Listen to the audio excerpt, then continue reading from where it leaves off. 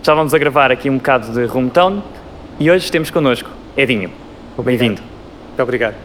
Sabes que é uma honra para nós termos-te aqui, pela tua enorme energia e vontade que tu demonstras sempre que estás no teu ambiente de trabalho, quando estás a filmar, quando estás nas rodagens com as equipas. É contagiante. E não só isso, como também toda a tua experiência que trazes. Pelo que tenho uma pergunta para ti, antes de começarmos. Estás pronto para, com a tua voz, quebrares a quarta parede do mundo da direção de som? Eu espero que sim, embora deva dizer que a primeira vez que eu gravei a minha voz, quando eu ouvi, pensei: "Deus do céu, mas que voz tão feia. Eu vou ficar do outro lado, nunca mais vou gravar a minha voz." Mas vamos a isso? Claro que sim. Muito bem, Edinho. O som anda. Vamos quebrar a quarta parede.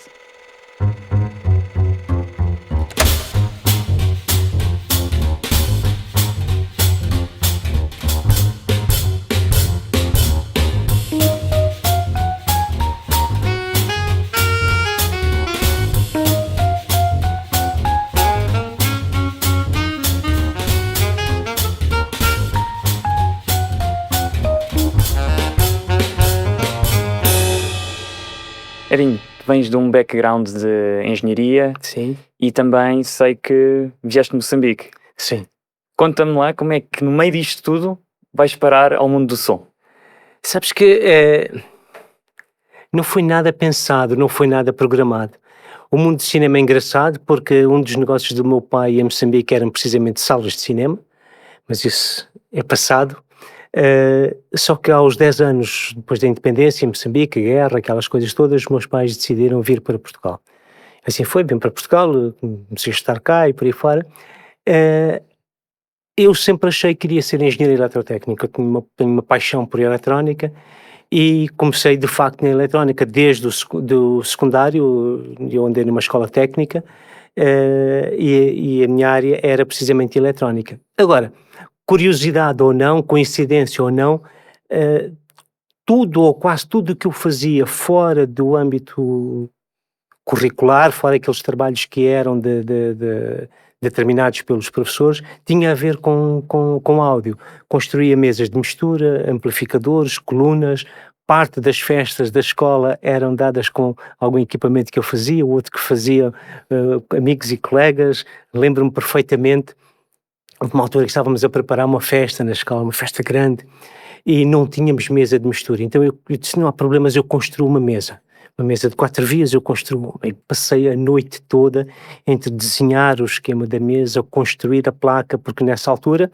nós tínhamos que fazer o desenho, técnico do circuito de eletrónico e depois fazer as placas de circuito impresso, desenhá-las, mergulhar em percloreto de ferro, fazer a placa toda, perfurar aquelas coisas todas, soldar os componentes, tudo isso, que era divertidíssimo, que era o que me dava gozo. E essa eu tive a noite toda a soldar, enfim, a fazer tudo o que precisava de fazer. Só que nas pressas eu usei um determinado produto, uma massa para soldar que não se deve usar em circuitos, impressos. Resultado, de manhã, quando liguei a mesa, deu um curto-circuito e aquilo tinha 4 ou 5 integrados que foram todos à vida.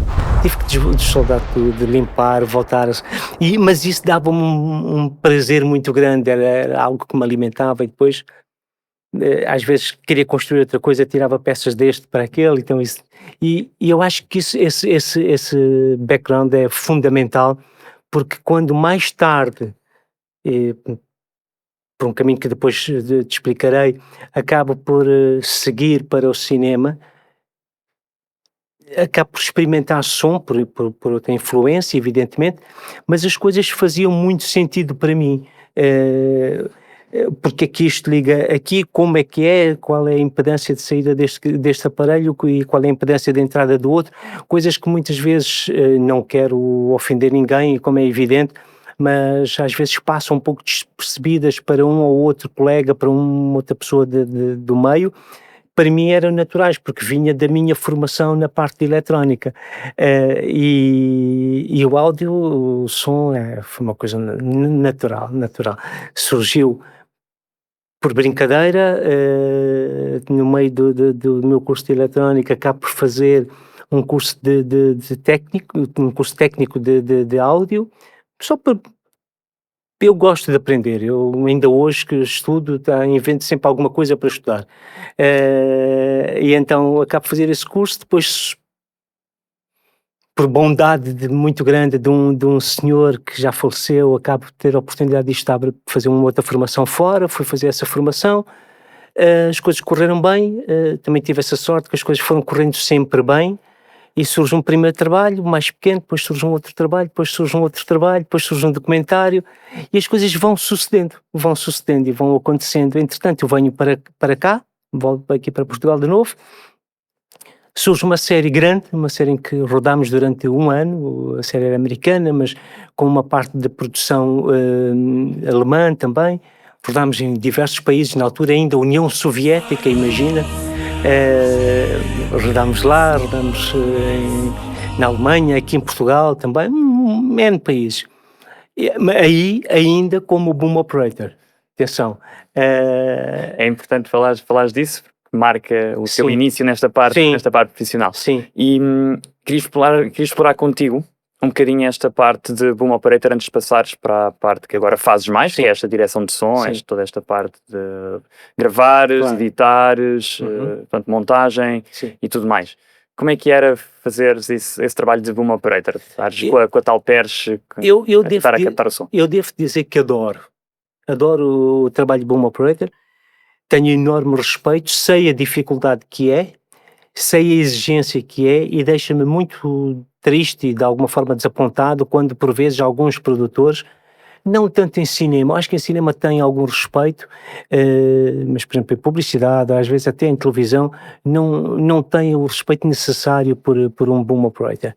O boom operator é muito mais do que a pessoa que está ali com os braços levantados a pegar numa vara com o microfone na ponta. Se formos a falar num técnico competente, num técnico com brio por aquilo que faz, tem que saber os diálogos, ou pelo menos parte dos diálogos, os fins e os inícios das falas, tem que perceber, olhar para os atores e perceber, ok, ele quando respira vai iniciar a frase e sair, se deslocar no momento certo, isto tem que estar bem apontado, estar com o microfone aqui não é a mesma coisa que estar com o microfone aqui, tem que conhecer as objetivas. Hoje em dia as coisas são um bocado mais fáceis, há monitores em todo o lado, naquela altura não havia monitores, então a brincadeira era, eu tinha nesse trabalho havia um Fox Puller que era o Peter, e nós tínhamos um jogo entre os dois, que era o dólar. E o que era o dólar? Ele dizia-me qual era a objetiva e a distância a que ele estava, que a ação ia decorrer da câmara, e eu com a perche tinha que marcar os limites do quadro lateral e superior, estando na reserva, não podendo picar. Se eu picasse no quadro, pagava-lhe $1. Se não picasse, estivesse na reserva, pagava-me ele $1 a mim. Com isso, permitiu-me aprender muito. Por exemplo, às tantas a câmara estava onde estivesse, eu sabia que o ator estaria aqui, estava qual é o objetivo? Ele tinha 75, 50, o que é que fosse, eu já sabia o limite. Hoje em dia, as coisas não são tanto assim, porque como disse, existem os monitores, nós no carrinho de som também temos um monitor, há PSX que tem um telefonezito que recebe o sinal que vem do emissor de vídeo, é mais fácil. Tem vantagens e desvantagens como tudo, não é? Uma das desvantagens é que, de alguma forma, aligeiramos o detalhe, aligeiramos aquele saber um pouco mais que deixa de ser necessário, porque de facto temos um outro recurso. O ecrã ajuda a perceber. O ecrã ajuda, mas é o que é, mas era divertido e assim. Eu lembro-me de uma situação em que era uma ação que se decorria em torno de um barril. Eram três atores a falar, e a câmara movia-se, não sei o quê, e eu sabia o texto, e eu passava a noite anterior, estava o texto, via o texto, né? Pronto. E então estava lá, saía de um para o outro, e a determinada altura, o diretor de fotografia, um indivíduo que ainda hoje é um grande amigo, o David, diz, corta, E a equipa era toda americana, havia um ator de Hollywood, outro da Broadway. E tu estavas lá como E outsider. eu tinha 22, 23 anos, e quando ele diz aquilo, eu fiquei assim. Fui eu. Meu coração Fui eu. É porque com aqueles senhores era 2 takes, percebes? E se fosse para fazer um terceiro take, ele, não, mas o que é que está mal? Quem é que falhou? O meu coração ficou, parecia o tamanho do coração de uma galinha. E ele disse, não, e eu olhei para ele e disse, não, é que tu estavas sempre na reserva, e eu estava a ver qual era o momento em que tu entravas para eu dizer que tu entraste. Mas isto é porque a relação dele comigo era de facto muito boa, tratava-me de kiddo, mas isso era interessante, esse grau de exigência, as limitações que existiam acabavam por levar também a outro cuidado, se calhar em algumas circunstâncias isso era divertido, e pronto, e depois acabou por não se passou nada, fizemos outro e a coisa seguiu naturalmente. Mas tu eras capaz de fazer isso por causa do teu know-how teórico que tinhas, ou foi porque foste praticando? Não. E percebeste, ok, com esta One eternity agora later. falta-me o nome, com esta objetivo. com esta objetiva, Microfone. exatamente, com esta objetiva eu consigo estar mais ou menos aqui, com a outra consigo estar mais ou menos ali, não faço sombra, consigo mais ou menos apanhar o ponto. Eu sempre, como te disse, eu venho de uma componente mais técnica, então sempre tive muito cuidado com a parte técnica. Não me bastava saber, este microfone é assim, este microfone é assado, este microfone é guisado. Eu queria perceber e experimentava, usava, queria perceber qual era o reach de cada microfone, o que é que cada um deles me dava, qual era o ambiente que cada um deles me dava. Eu sou capaz de descrever eletronicamente como é que é construído um microfone de condensador, como é que é construído um microfone dinâmico, e por via disso também te digo qual é a diferença em termos de pressão acústica quando estás mais aqui ou mais ali com cada um desses microfones. E quando tu conheces estas componentes, torna o resto um pouco mais fácil, percebes? E essa curiosidade que eu sempre tive, daí eu construir as coisas, essa curiosidade que eu sempre tive ajudou-me muito a poder depois entender mais facilmente as coisas. As objetivas era indispensável para mim, porque se eu quisesse fazer um bom trabalho, repara, quando tu filmas com atores, fazes de 2 takes, 3 takes no máximo, não te podes dar ao luxo de cometer erros tu, não é? As coisas têm que estar ser direitinhas. certinhas, todos têm que estar muito seguros do trabalho que estão a fazer. Por isso, às vezes, hoje, as pessoas que trabalham comigo, os perchistas que trabalham comigo, eu sei que em alguns momentos eu sou muito chato, porque é tal história, se eles podem estar melhor colocados, há uma diferença entre eu estar a falar assim e estar a falar assim, correto? E é a história do microfone estar colocado aqui e estar colocado mais acolá. Mas ouves, claro que ouves, mas é diferente. E estás com o microfone bem colocado, a diferença é exatamente esta. Se o ator vira a cabeça, se tu estás bem colocado, consegues mais facilmente lá chegar. Se o microfone estiver ligeiramente fora, como este está agora para mim, se o ator fizer isto e voltar, há uma diferença no som, certo? Pronto, é um bocado isso. Se o microfone estiver bem colocado, se fizer esse movimento e voltar, o som está sempre igual. Eu sempre tive esta preocupação, digamos assim, e tento passar esta preocupação para as pessoas que trabalham comigo. Às vezes sou um chato, sim, sou um chato, mas eu adoro o que faço. Eu acho Queres passar o bem feito, É. como fazer bem. E E isso às vezes depende na exigência, não é Sim. bem o perfeccionismo, porque o perfeccionismo não existe, Não. acaba por ser o... Não, porque eu acabo um trabalho e fico sempre com a sensação, eu acho que ali se calhar podia ter feito assim, ali se calhar podia ter tentado aquilo. Fazes no próximo. Mas sempre é no isso, mas é exatamente isso. Isso alimenta-me depois para o trabalho seguinte, percebes? Ajuda-me a acumular alguma experiência por um lado e por outro lado também a acumular desejos de alteração e de experienciar outras coisas e experimentar outras coisas noutros projetos. Falaste agora em desejo de experimentar outras coisas e outros projetos. Uhum. Há um mito, que não sei se é verdade, por acaso sobre a tua pessoa, que é que no teu carrinho de som, muitos dos aparelhos que lá tens, portanto, depois já teres feito essa transição de boom operator Sim, para diretor de som. para diretor de som, que foste tu que os fizeste, que são algo mais artesanal, mais homemade. Tu sabes que eu tenho a felicidade de ter começado a gravar com fita de arrasto, com gravadores de bobina, com os Nagras, Telavox e por aí fora. Assim que saíram os primeiros gravadores digitais, os DAT, porque um amigo meu tinha um grande amigo que era engenheiro na Sony, eu saí disparado para a Inglaterra, para Basingstoke, fui comprar logo um DAT e trouxe para cá. E depois os gravadores com memória interna, com cartões e por aí fora, os não lineares que hoje existem e que eu tenho também. E cada um desses aparelhos tem as suas características, tem as suas formas de funcionamento. Antigamente nós fazíamos uma coisa que era quando gravávamos o som de um filme, tínhamos que fazer em fita de arrasto ou até mesmo em DAT, tínhamos que fazer uma coisa que chamava repicagem. E o que é a repicagem? A repicagem era o transferir o som da bobina de fita de arrasto para o magnético perfurado, que era o filme, a película, digamos assim, se fosse 16 ou 35 milímetros, para depois sincronizar nas moviolas, com o filme, com os dois pratos, com as bobinas de áudio, sincronizar para cortar, para editar. E esse procedimento tinha uma série de requisitos de técnicos, tinha que se alinhar as cabeças, alinhar o azimuth, alinhar os 1000 ciclos para calibrar uma máquina com a outra. Havia uma série de requisitos que hoje, infelizmente, já se perderam. E eu digo infelizmente porque... Pois era isso que eu te queria perguntar. Não tem qualquer tipo de arrogância.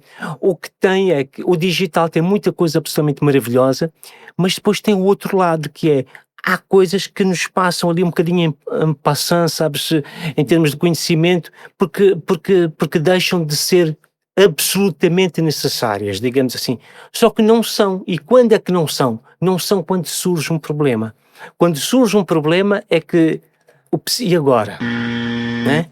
E agora? Isto é um cabo balanceado ou um cabo não balanceado?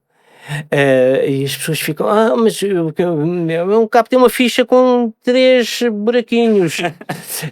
Percebes? E é aí que isto não é arrogância, se calhar são valências ou mais-valias, eventualmente, que aqui e acolá podem te ajudar a dizer, não, isto é isto, ou isto é aquilo.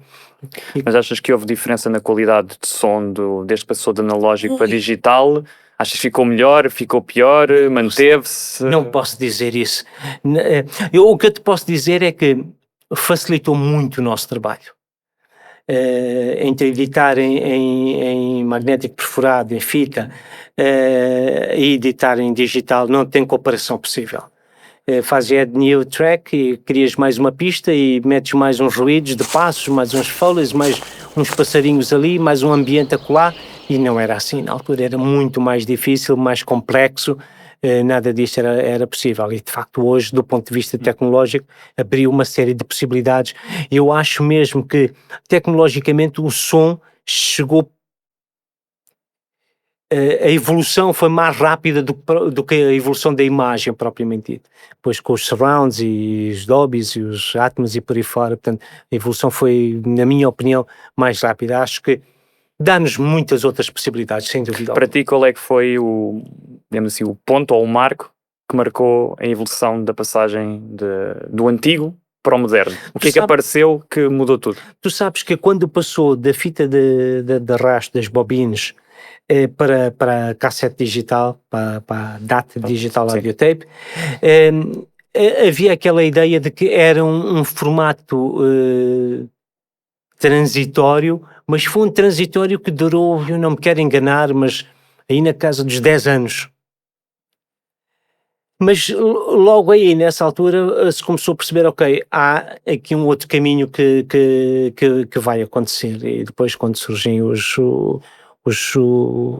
sistemas de edição, os Pro Tools e companhia, aí, de facto, mudou de noite para dia o nosso trabalho, as possibilidades são infindáveis, o céu é o limite, de facto. Estamos aqui a falar destas mudanças, destas alterações de tempo, e há algo que faz um contraste, e que penso que até já fizeste, que são os chamados trabalhos de época, ou Sim. aqueles filmes em que temos tudo moderno, Sim. mas estamos a gravar algo que não pertence ao nosso tempo, por Sim, exemplo, sim, 1800 ou Sim, 1700. Acho que já fizeste, ou pelo menos ouvi uns rumores de que Sim. fizeste um trabalho, algo parecido Sim, com isso. já fiz. Desculpa. E, não, sem problema. E queria mesmo saber como é que é lidar com esse desafio, com aqueles animais de quatro rodas que se chamam carros, os pássaros que são aviões, que são muito da época. Como é que tu lidas com isso? Como é que tu fazes esse desafio? Como é que geres isso? Olha, já fiz no passado, e não vou falar desses porque senão vocês vão ficar a saber a minha idade. Não, estou a brincar. Mas ainda há pouco tempo, o ano passado, não era propriamente de época, digamos assim, mas o ano passado, final do ano passado, eu fiz um filme em Espanha, em que rodámos. A primeira base foi em Málaga, e nós filmámos em Málaga, Marbella, Fuengirola, Mijas, Torremolinos, por aí fora, portanto, toda uma zona muito turística, não é? Só que o filme, e depois em Sevilha, só que o filme era passado nos anos 60, em que não havia tantos carros como hoje, o trânsito não era tão intenso, os aviões também. É evidente que aí o cuidado tem que ser maior, tem que se perceber. Eu costumo sempre procurar ter atenção e dizer às pessoas que estão a trabalhar comigo, nós temos de ter aqui uma boa relação sinal-ruído. Porquê? Porque temos uma boa relação sinal-ruído entre o espaço, a diferença entre a voz e o ruído ambiente, dá-nos alguma margem para trabalhar na pós-produção. Se isso não acontece, aí as coisas tornam-se muito complicadas e depois temos que entrar, infelizmente, para as dobragens e por aí fora, o que pode acarretar alguns problemas com a produção, pode ter limitações.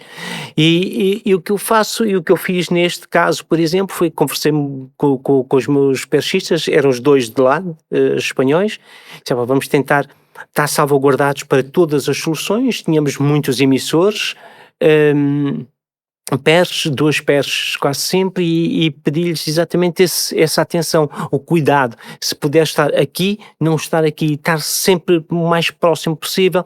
Óbvio que depois há aqui um jogo entre a proximidade, a distância, dar ali um bocadinho de espaço, mas perceber se este espaço é possível, se não é.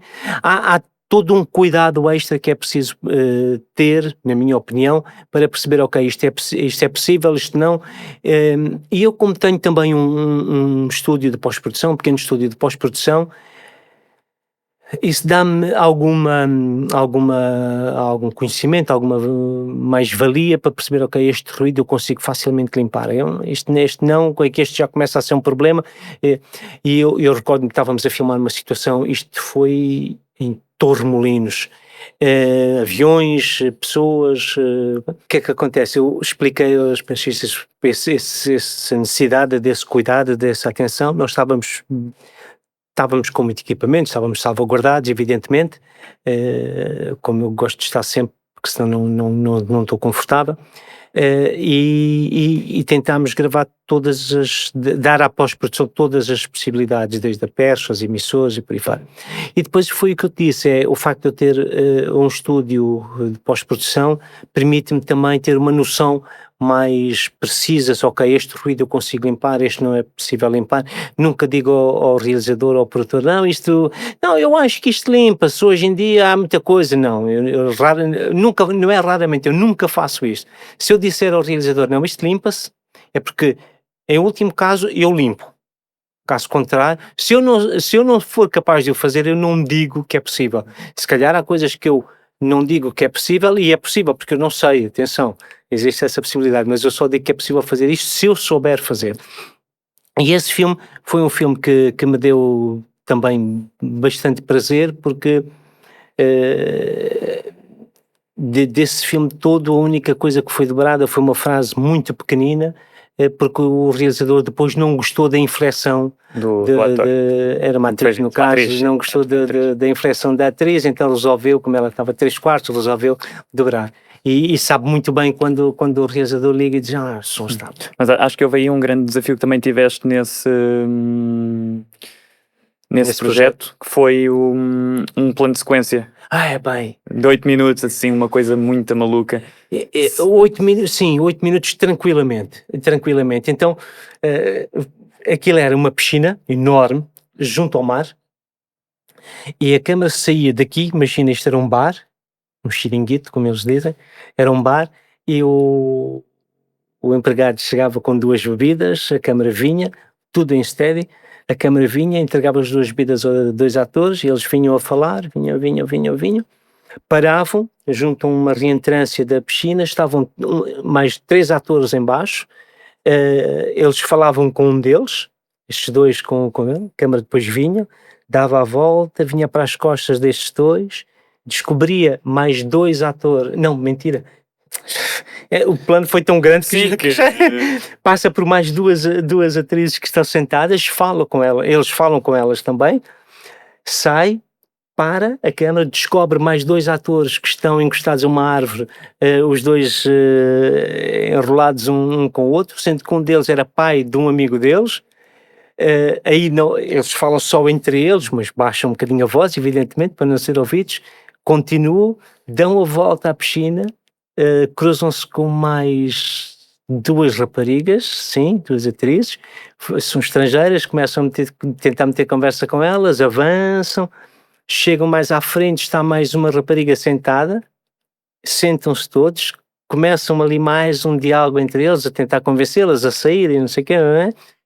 Levantam-se, conforme levantam, chega uma outra atriz, começa uma discussão grande por causa do namorado que não está, enfim, uma série de coisas. E tu, a gravares o som e os teus perchistas a correr atrás das câmaras a tentar apanhar. E eu também atrás, por causa da mobilidade, a câmara virava para todo o lado, não podia, portanto eu vinha atrás deles sempre.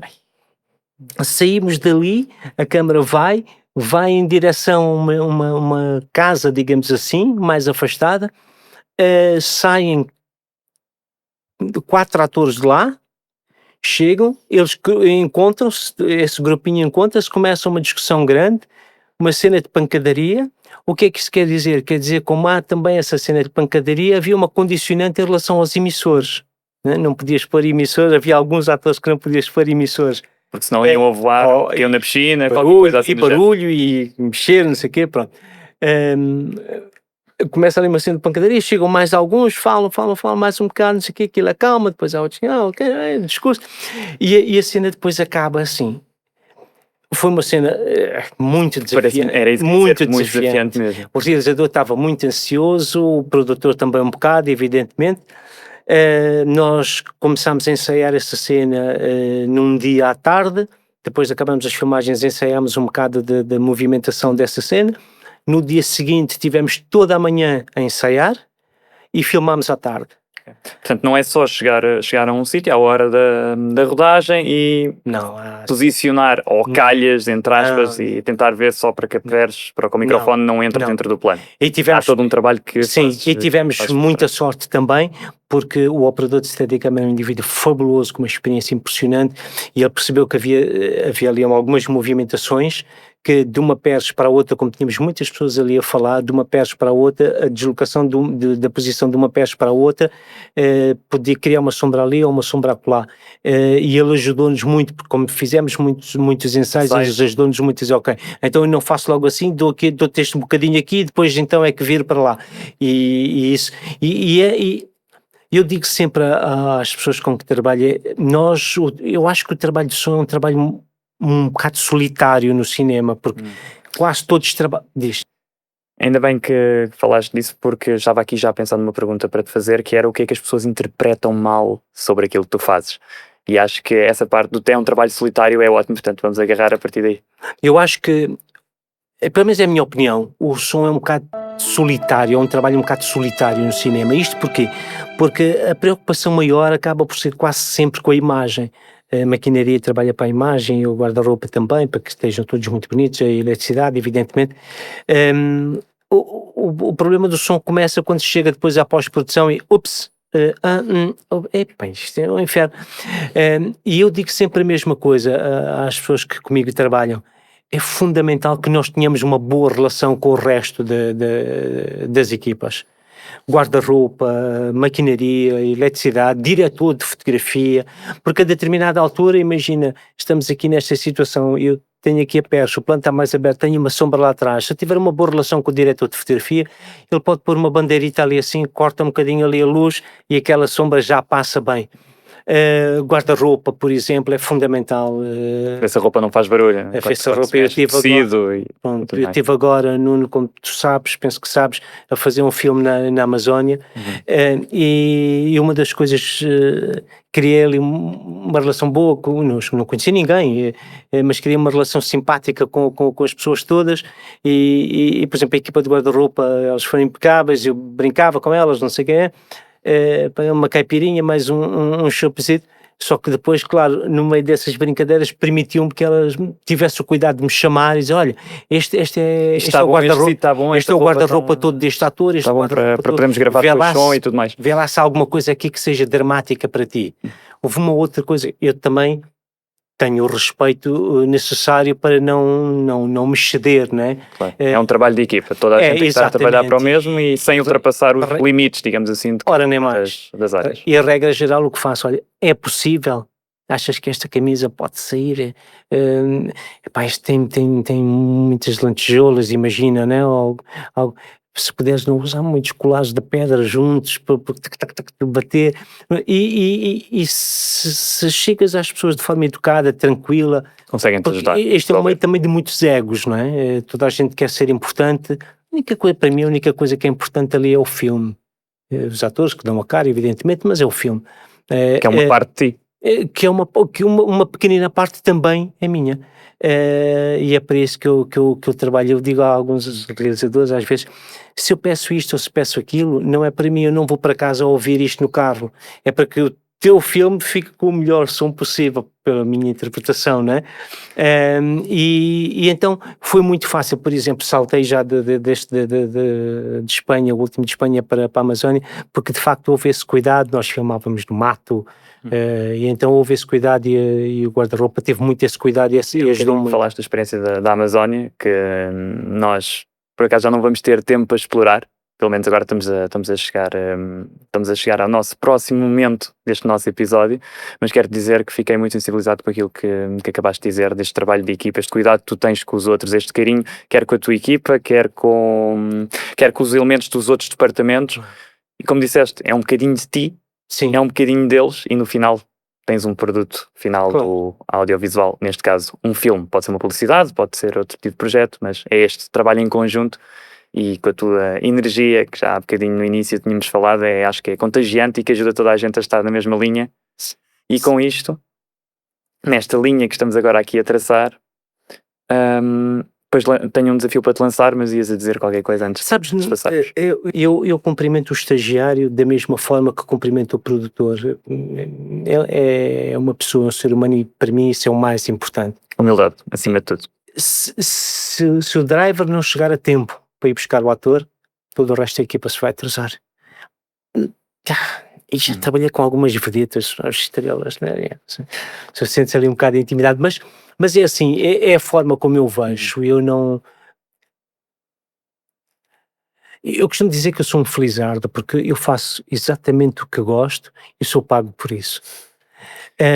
E eu gasto todo o meu dinheiro em equipamento, agora é mais este plugin, é mais aquele plugin, é mais este microfone, é o que tu dizias, e às vezes é construir coisas para interligar de forma diferente uns equipamentos dos outros.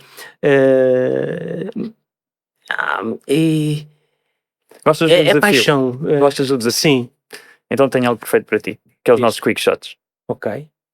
É uma série de perguntas. De sim ou não, quase. Okay. Vais ter cerca de 5 segundos para responder a cada. Se não conseguir responder, passamos à próxima. Ok.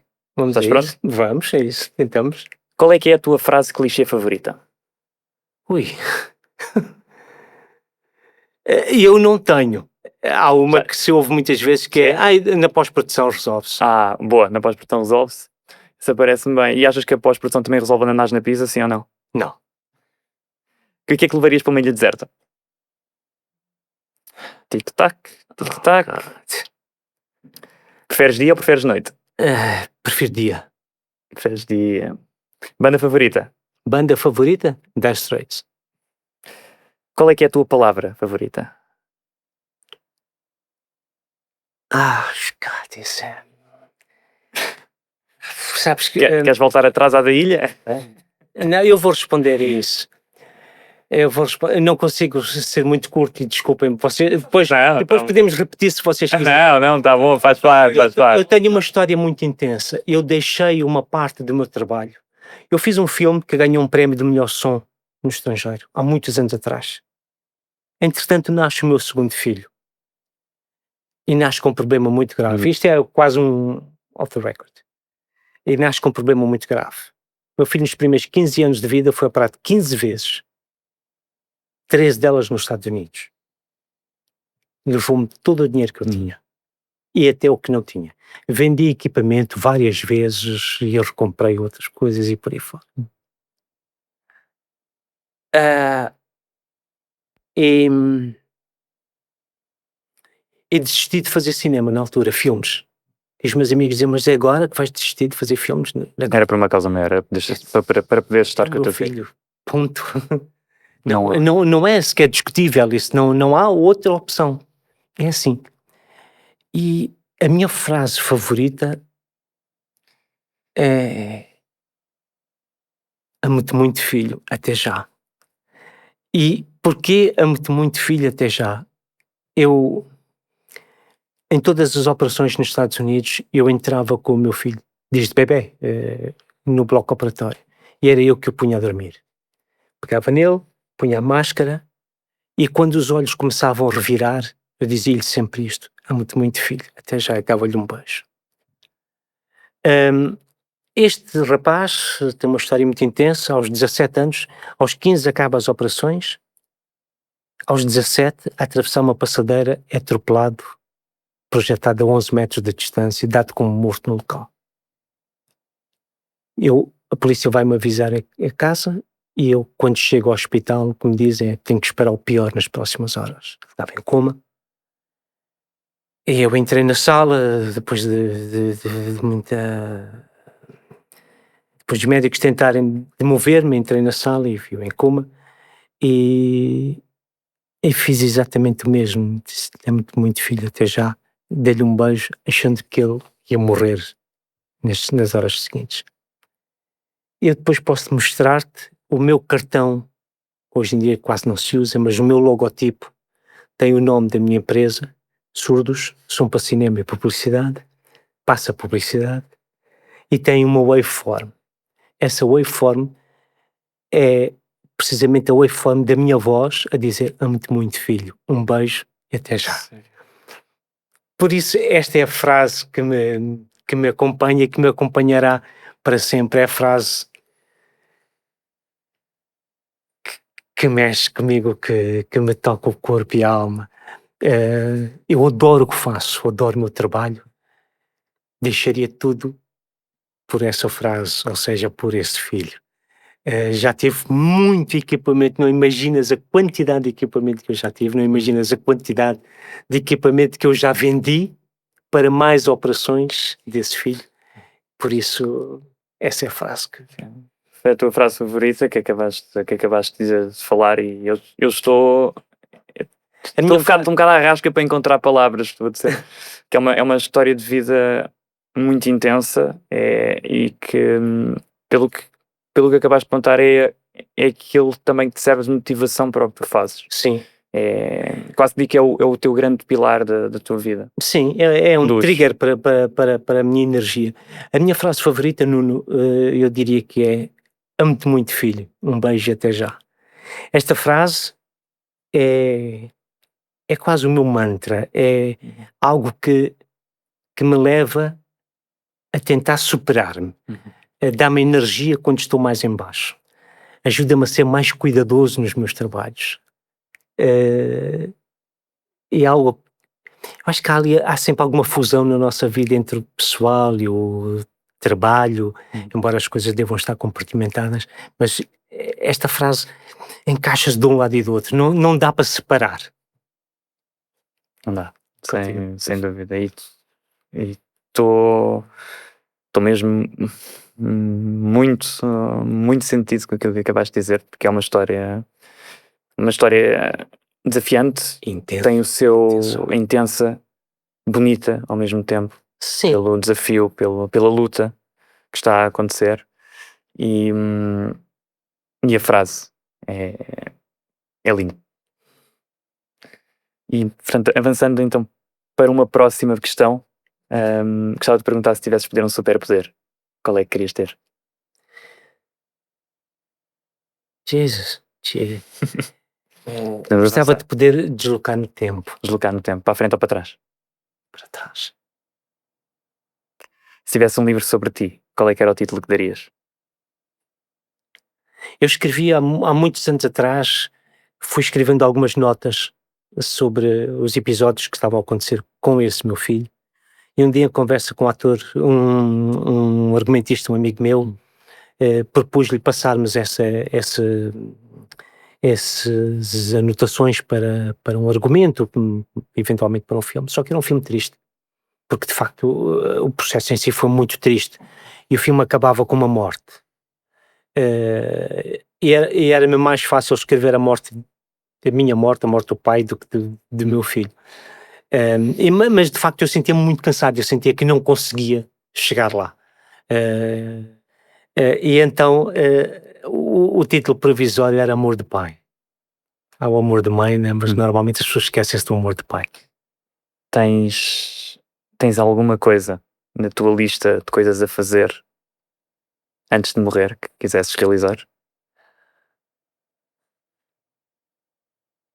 Sabes que eu digo aos meus filhos, digo sempre a mesma coisa. Eu acho que é muito importante chegar ao fim da vida e estar de consciência tranquila em relação aos teus pais, em relação aos teus filhos. Apesar de uma série de coisas que seriam diferentes se voltasse eventualmente atrás, eu estou de consciência tranquila.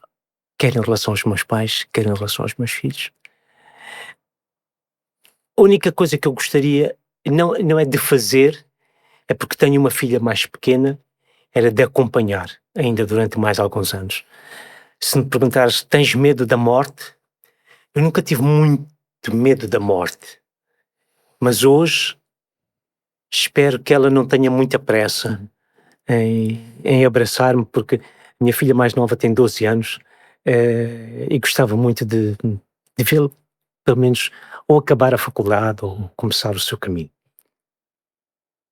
Então, para terminarmos nesta nota alta que Antes temos de mais, tido. peço desculpa, Não porque não desejas, foi que nada desculpa. nem de sim nem não.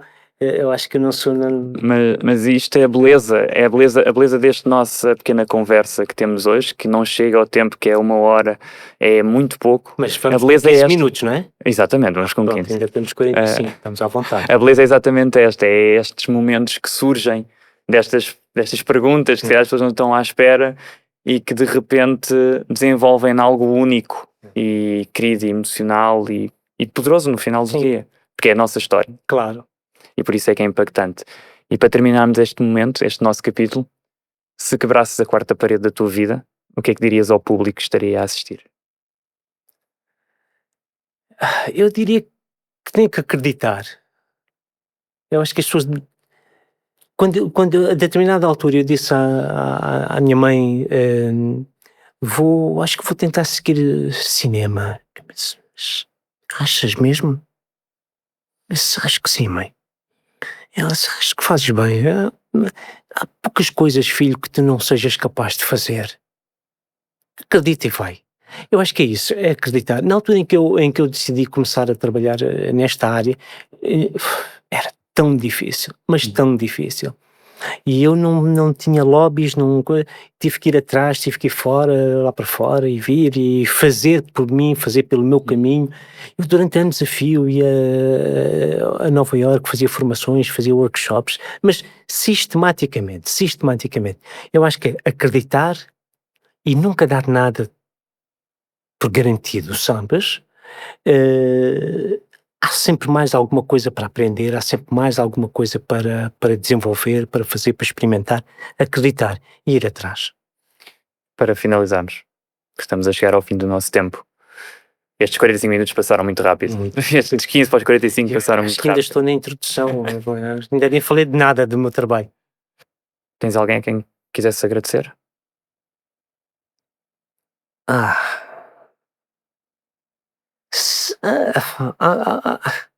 várias pessoas que eu gostaria de agradecer, ou quem eu tenho que agradecer. Mas sabes, Nuno, eu agradeço sempre a essas pessoas, mesmo sem elas saberem. Porque a gratidão que eu tenho por elas cá dentro é tão grande que começou quando eu era um menino, muito novo ainda, 17, 18, 19, 20 anos, por aí fora, e hoje, com 60, continuo a ter essa gratidão por essas pessoas. A primeira gratidão é pela minha mãe. A minha mãe era uma parede. A minha mãe foi uma pessoa que perdeu tudo quando viemos de Moçambique para cá, mas a minha mãe estava assim, sempre nas minhas costas. Não tocava nelas, não me empurrava nem para a frente, mas estava assim. Eu também não me deixava cair, mas sabia que se caísse ela estava Estava lá para te cair. E de facto ela foi a pessoa que me fez sempre acreditar que eu era capaz de fazer o que me apetecesse fazer. E a minha primeira gratidão vai para ela.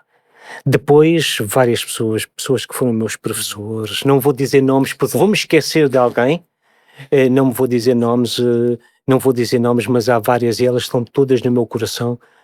Já tive a oportunidade de fazer outros, alguns perchistas com quem eu trabalhei, que de facto o trabalho que fiz foi possível fazer muito graças ao trabalho deles também. Eu falei-te no filme este de Espanha no ano passado, o do ano passado, já tinha feito outros lá, trabalhei com duas pessoas que eu nunca tinha trabalhado e uma delas teve a gentileza eu vinha de regresso para Portugal, ele teve a gentileza de me ligar, porque não nos conhecíamos, e dizer: Edinho, está descansado, que eu sei trabalhar, eu sei que estás ansioso porque não me conheces, mas eu sei trabalhar e as coisas vão correr bem.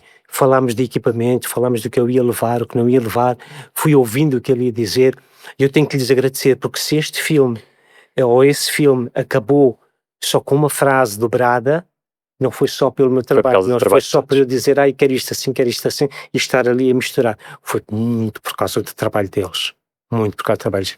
Portanto, eu quero agradecer a todas essas pessoas que foram cruzando a minha vida, e umas às vezes puxando um pouco para trás, e isso para mim nunca funcionou como uma corda, mas funcionava como um elástico. Em algum momento eles vão perder a força porque eu tenho muito mais, e quando me largava eu saía disparado para cima uma bala. Edinho, obrigado por estes. Obrigado.